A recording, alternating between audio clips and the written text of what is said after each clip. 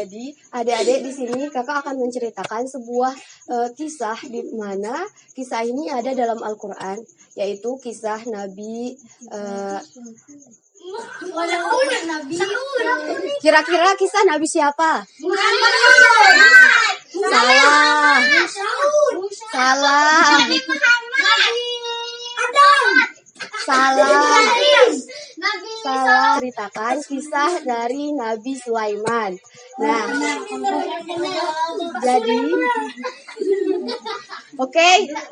sebelum kita mulai, kakak mulai menceritakan kisahnya. Di sini kita pemanasan dulu ya, tapi harus dengan pelan-pelan karena ini sudah malam.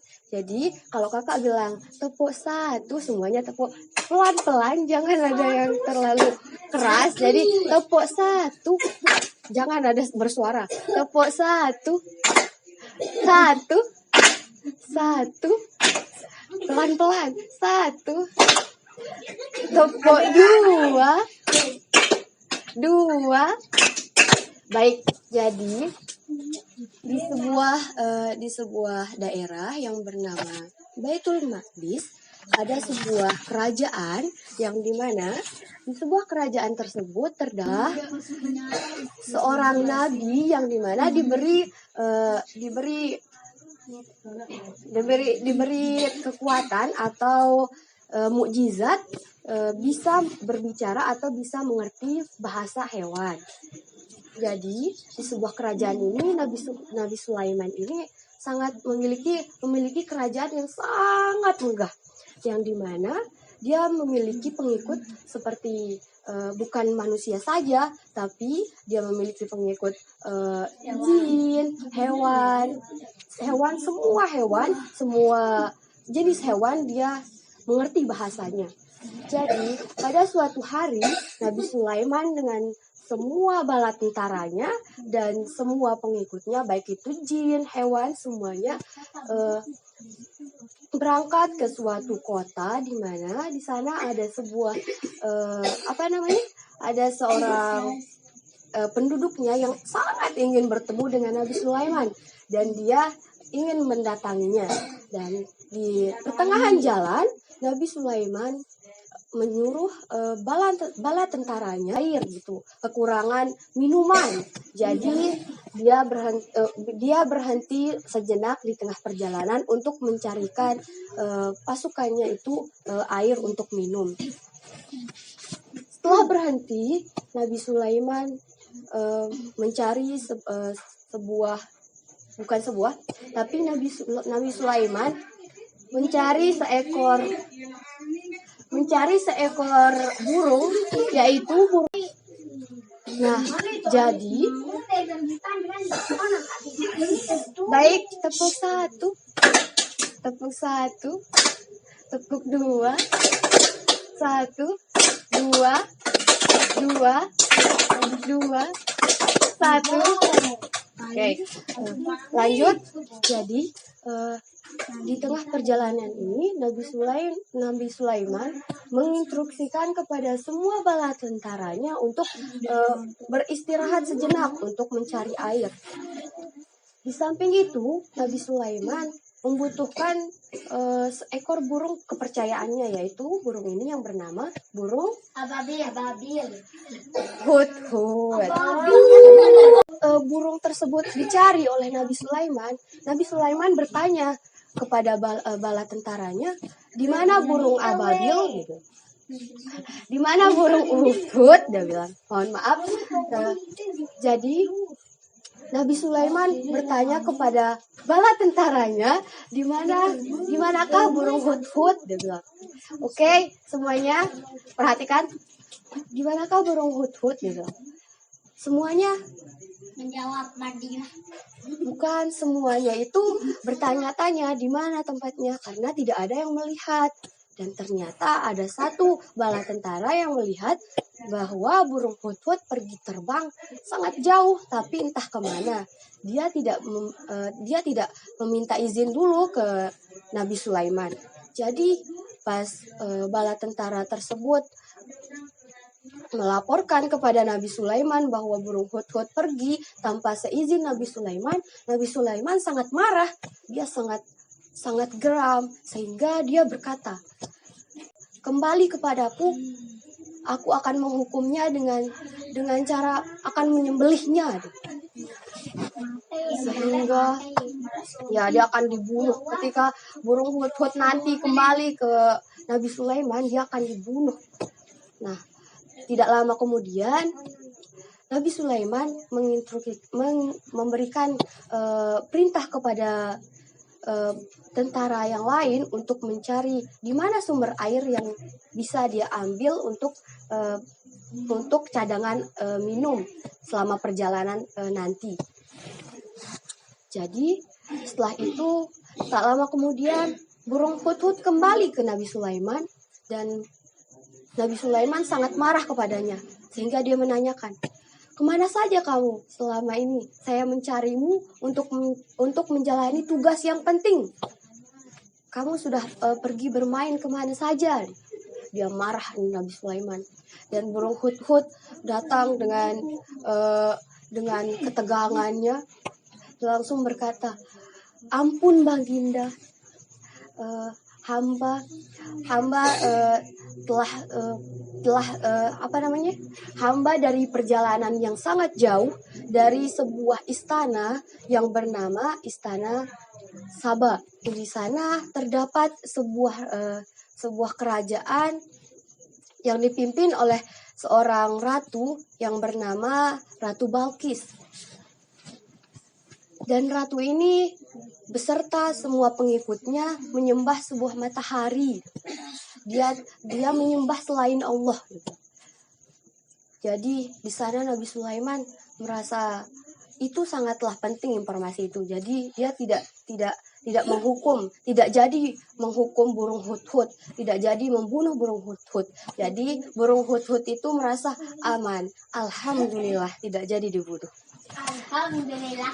Nah, setelah itu Nabi Sulaiman memberikan tugas kepada burung hudhud untuk menyampaikan surat kepada Ratu Balqis, yang dimana isi surat tersebut adalah ancaman dari Nabi Sulaiman jika nanti Ratu Balqis tidak mau bertaubat, tidak mau menyembah Allah, tidak mau berhenti menyembah matahari, dia akan menyerang kerajaan Ratu Balqis.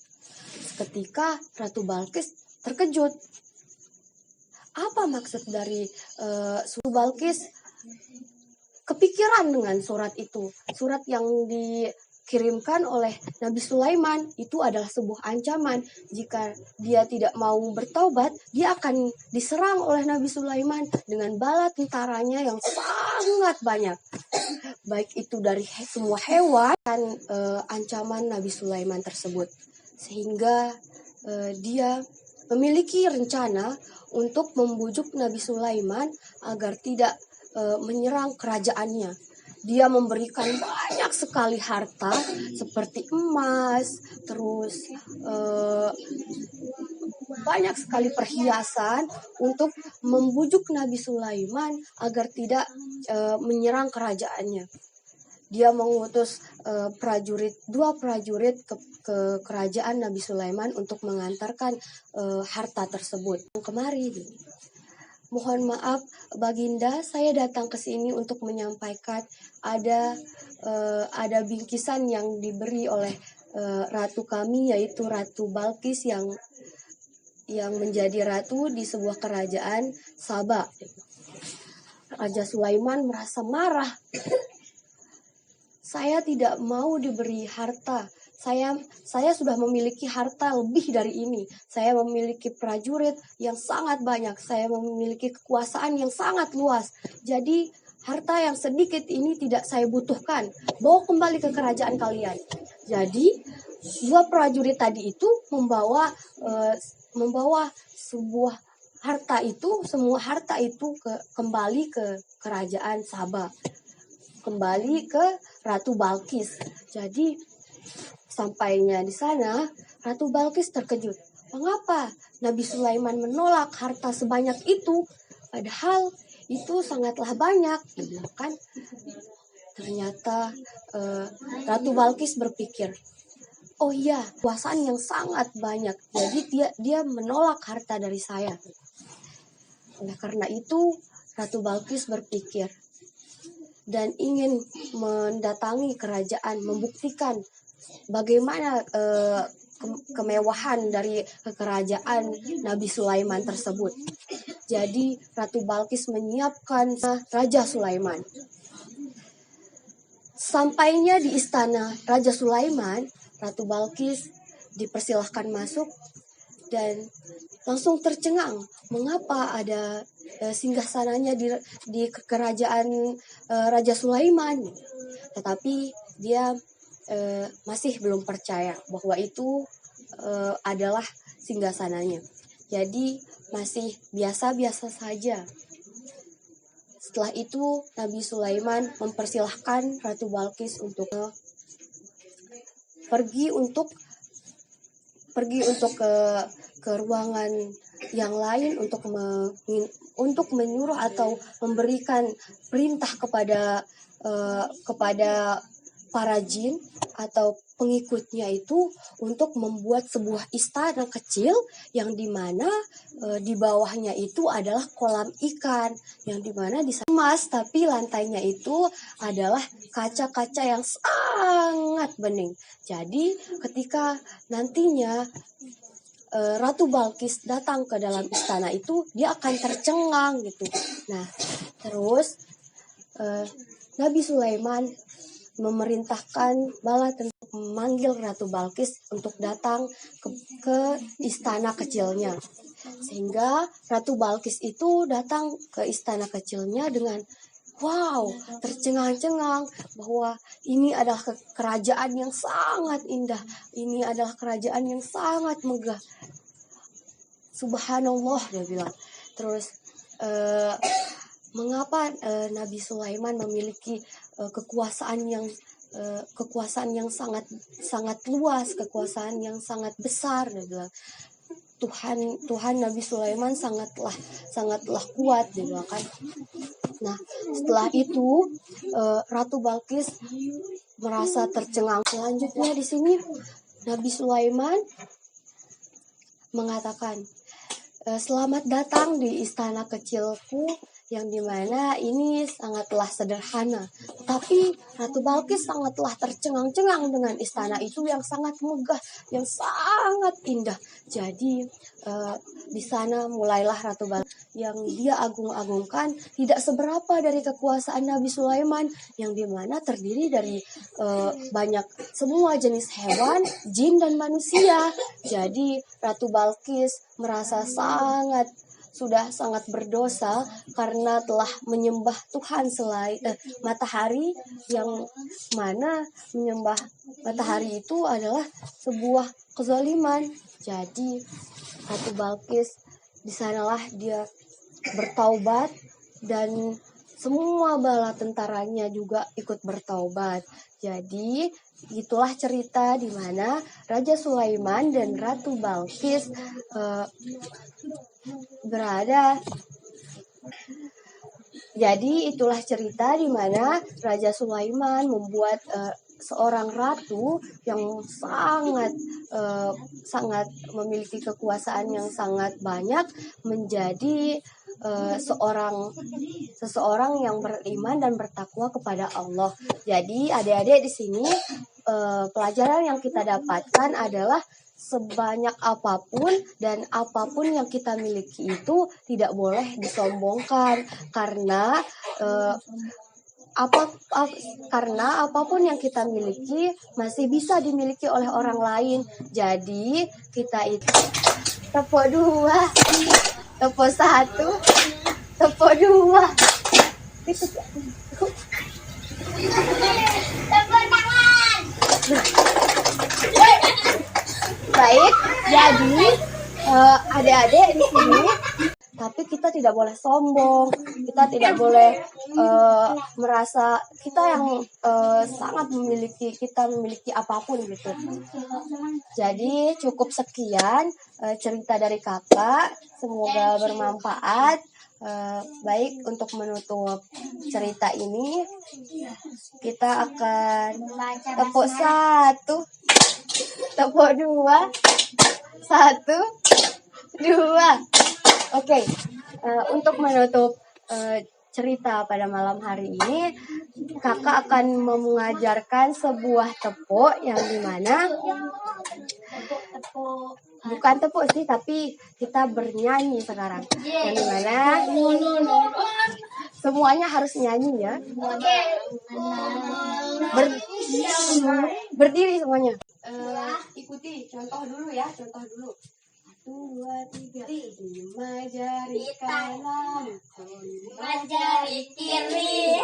Berdiri berjajar, berdiri berhadapan, lalu berpelukan, sembunyi di belakang. Mari kita hitung berapakah jumlahnya. 10, 2, 3, 4, 5, 6, 7, 8, 9, 10. Oke, ulang. 1, 2, 3. 5 jari kanan, 5 jari kiri. Berdiri sejajar, berdiri berhadapan, lalu berpelukan, bersembunyi di belakang. Mari kita hitung berapa jumlahnya.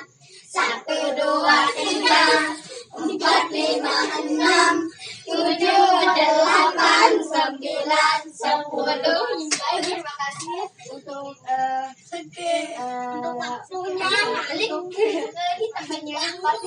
malam ini.